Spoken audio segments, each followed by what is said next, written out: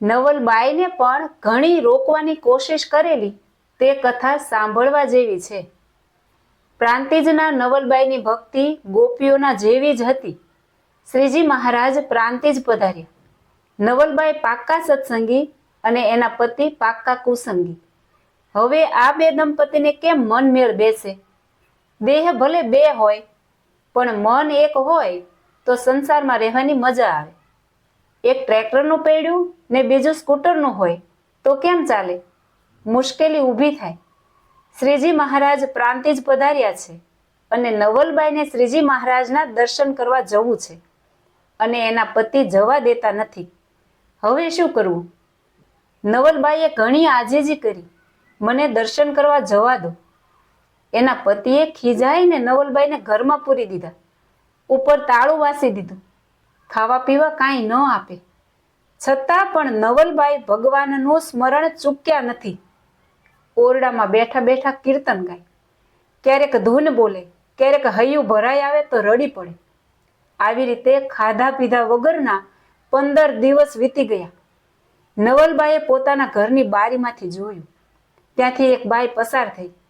નવલબાઈએ પૂછ્યું, બહેન, અત્યારે સ્વામિનારાયણ ભગવાન ક્યાં છે?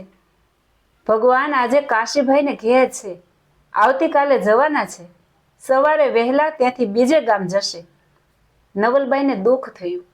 15 દિવસ થયા. શ્રીજી મહારાજ પ્રાંતિજમાં બિરાજે છે ને મને દર્શન ન થયા.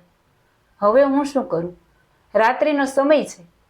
શ્રીજી મિલન માટે આતુરતા જાગી. ગમે તેમ મારે ભગવાનને મળવું જ છે. રડતા રડતા બારીને ધક્કો માર્યો. બારી નીકળી ગઈ. ત્યાંથી કૂદીને સીધા કાશીભાઈને ઘેર ગયા. પાર્ષદે મનાઈ કરી, અંદર જવા નહીં મળે, પ્રભુ પોઢ્યા છે. ભાઈ, 15 દિવસથી ઝંખના કરું છું દર્શન માટે, ત્યારે આજ માંડ મોકો મળ્યો છે. મને જવા દે તારી ભલાઈ. આટલું કહેતા જોરથી રડી પડ્યા.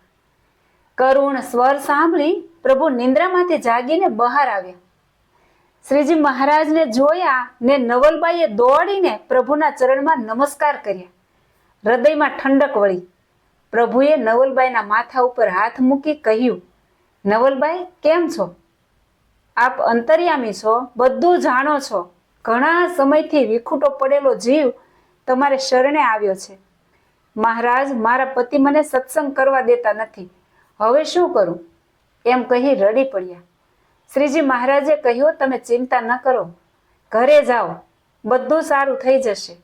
અમારા સ્વરૂપનું ધ્યાન કરજો. ભજન કરતા કરતા રસોઈ બનાવજો. એ રસોઈ ઘરના સભ્યો જમશે એટલે સદબુદ્ધિ આવશે. પ્રભુને પગે લાગી નવલબાઈ ઘરે ગયા. નવલબાઈના હાથની રસોઈ જમવાથી એના પતિની બુદ્ધિમાં પ્રકાશ થયો. તેથી એક દિવસ એણે કહ્યું, સ્વામિનારાયણ ભગવાન કરજીસરમાં ઉત્સવ કરવાના છે, તો ચાલો આપણે ત્યાં દર્શન કરવા જઈએ. નવલબાઈ રાજી રાજી થઈ ગયા. મારા પ્રભુએ મારી અરજી સાંભળી. હે પ્રભુ, સદાય મારા પતિને સદબુદ્ધિ આપતા રહેજો, જેથી સાથે મળી ભજન ભક્તિ કરીએ. દીકરી પક્ષે સત્સંગ હોય અને વર પક્ષમાં સત્સંગ ન હોય તો જો દીકરી સુપાત્ર, સુશીલ અને સત્સંગી હોય તો ચોક્કસ તે એના ઘરમાં સત્સંગની સૌરભ પ્રગટાવી અને જીવન ઉજળું બનાવે છે. બંને દંપતી કરજીસણ આવ્યા. શ્રીજી મહારાજના દર્શન કર્યા. શ્રીજી મહારાજે નવલબાઈના પતિને વર્તમાન ધરાવી, કંઠી બાંધી અને સત્સંગના નીતિ નિયમોની બધી રીતભાત શીખવી. જિંદગી પર્યંત તેના કુટુંબમાં સત્સંગ રહ્યો. જય શ્રી સ્વામિનારાયણ.